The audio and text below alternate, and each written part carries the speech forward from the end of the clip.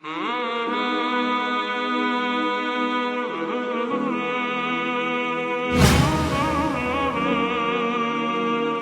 طرح ہم اپنی دوسری دنیاوی چیزوں کی، اپنے مال و متاع کی، اپنے دنیاوی سامان کی حفاظت کی کوشش کرتے ہیں، اس کا اہتمام کرتے ہیں، اس کی فکر کرتے ہیں، تو بالکل اسی طرح نماز کی حفاظت کی کوشش اور اس کی فکر بھی ضروری ہے۔ اور نماز کی حفاظت کا سب سے پہلا پہلو یہ ہے کہ پانچوں نمازیں پابندی کے ساتھ پر وقت جماعت سے پڑھنے کا اہتمام کیا جائے۔ اللہ نے 5 نمازوں فرض کی ہیں، پانچوں نمازیں پڑھی جائیں، وقت پر پڑھی جائیں، پابندی کے ساتھ پڑھی جائیں۔ اور اس حوالے سے معاشرے میں بہت کوتاہی ہے، عوام میں بھی، خواص میں بھی، شہری ہوں، دیہاتی ہوں، پڑھے لکھے ہوں، جاہل ہوں، حتیٰ کہ عام لوگ ہوں یا وہ لوگ ہوں جو دیندار سمجھے جاتے ہیں، ان کے اندر بھی اس حوالے سے کوتاہی ہے۔ اور اس کا تذکرہ نماز کے موضوع کا اس لیے بھی ضروری ہے کہ یہ نماز ہمارے جتنے دینی موضوعات ہیں ان میں سب سے اہم موضوع ہے، اس کو اچھی طرح ذہن میں رکھنا ہے۔ دین کے حوالے سے جتنی باتیں ہوں معاشرے میں،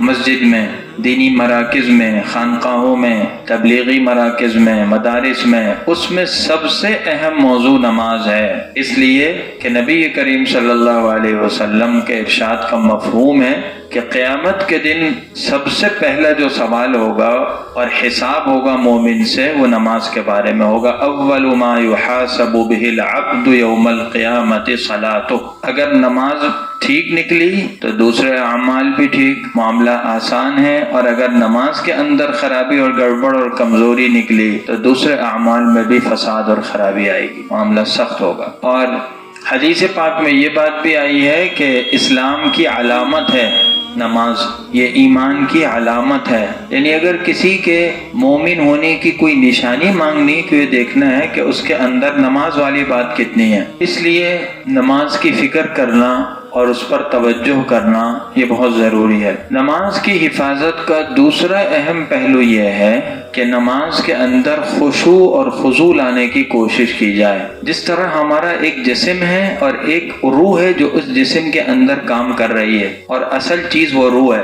جب تک روح ہے یہ خوبصورت جسم، یہ طاقتور جسم، یہ صحت مند جسم، یہ باصلاحیت انسان بہت اچھا لگتا ہے، اور اگر روح نکل جائے تو یہ جسم سب کچھ ہونے کے باوجود کچھ نہیں ہے۔ پھر ہر ایک کی یہ فکر ہوتی ہے کہ کسی طرح اس مردہ لاش کو جلدی سے قبر کے گڑھے میں اتار دو، سب کچھ وہی ہے، کیا رہ گیا؟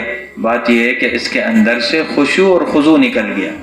تو میرے بھائیوں یہ بہت فکر کی بات ہے، جس طرح ہمارا جسم روح کے بغیر ادھورا ہے، ناقص ہے، بلکہ بے قیمت ہے، کل عدم ہے، کچھ نہیں ہے۔